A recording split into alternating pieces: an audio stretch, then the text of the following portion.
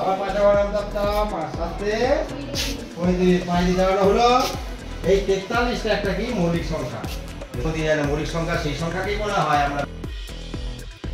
ক্লাসরুমে রাখা রয়েছে গ্যাস সিলিন্ডার, মজুত রয়েছে চাল ডালের বস্তা, সবজি আর মিড ডে মিলের সামগ্রী ভর্তি রয়েছে ড্রামে। সেই গুদাম রুমেই ঝুঁকি নিয়ে চলছে পঠন পাঠন। ক্ষোভ বাড়ছে অভিভাবকদের। ঊর্ধ্বতন কর্তৃপক্ষকে জানানো হয়েছে বলেই দাবি করেছেন প্রধান শিক্ষক। এই ছবি কাঁকসার মলানদিঘি গ্রাম পঞ্চায়েতের বিষ্ণুপুর অবৈতনিক প্রাথমিক বিদ্যালয়ের। এই বিদ্যালয়ে রয়েছে 6টি ক্লাসের জন্য মোট 6টি রুম, একটি অফিস রুম, কিন্তু কোনো স্টোর রুম নেই।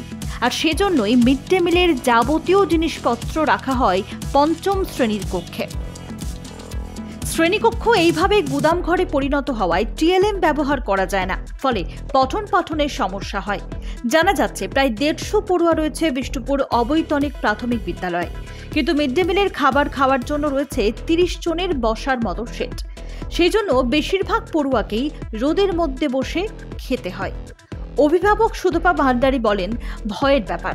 আমার মেয়েও 5ম শ্রেণীতে পড়ে, আর সেই ক্লাসরুমেই রাখা থাকে গ্যাসের সিলিন্ডার, জিনিসপত্র ভরা থাকে রুমে।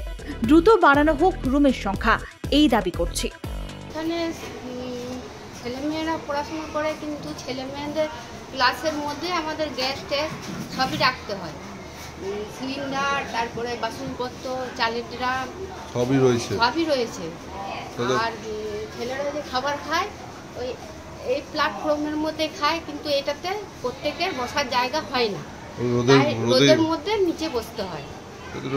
এই গ্যাস সিলিন্ডার রয়েছে ভেতরে, তাহলে তো ভয়ের ব্যাপার। হ্যাঁ, ভয়ের ব্যাপার আছে, কিন্তু রাখবো কোথায়? রাখার তো সেরকম জায়গা নেই।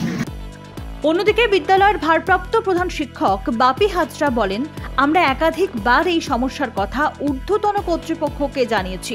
একাধিকবার বিদ্যালয়ে পরিদর্শন করেছেন তারা, কিন্তু কাজের কাজ কিছুই হয়নি।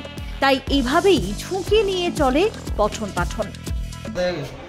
6টি শ্রেণীকক্ষ এবং 6টি ক্লাস, শিশু শ্রেণী থেকে 5ম শ্রেণী পর্যন্ত 6টি ক্লাস, 6টি শ্রেণীকক্ষ।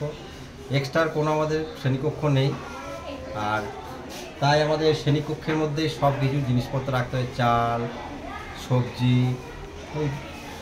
চাল ওজন এবং ওয়েট করার জন্য, বাচ্চাদের ওয়েট করার জন্য। কর্তৃপক্ষ বহুবার ওনারা ভিজিট করেছেন, ওনাদেরকে বহুবার বলেছি, তাদের নোট দিয়ে গেছেন, ভিজিট ইয়েতে নোট দিয়ে গেছেন যে হ্যাঁ একটা শ্রেণীকক্ষ প্রয়োজন আছে এবং ডাইনিংয়ের প্রয়োজন আছে, ওনারা দিয়ে গেছেন,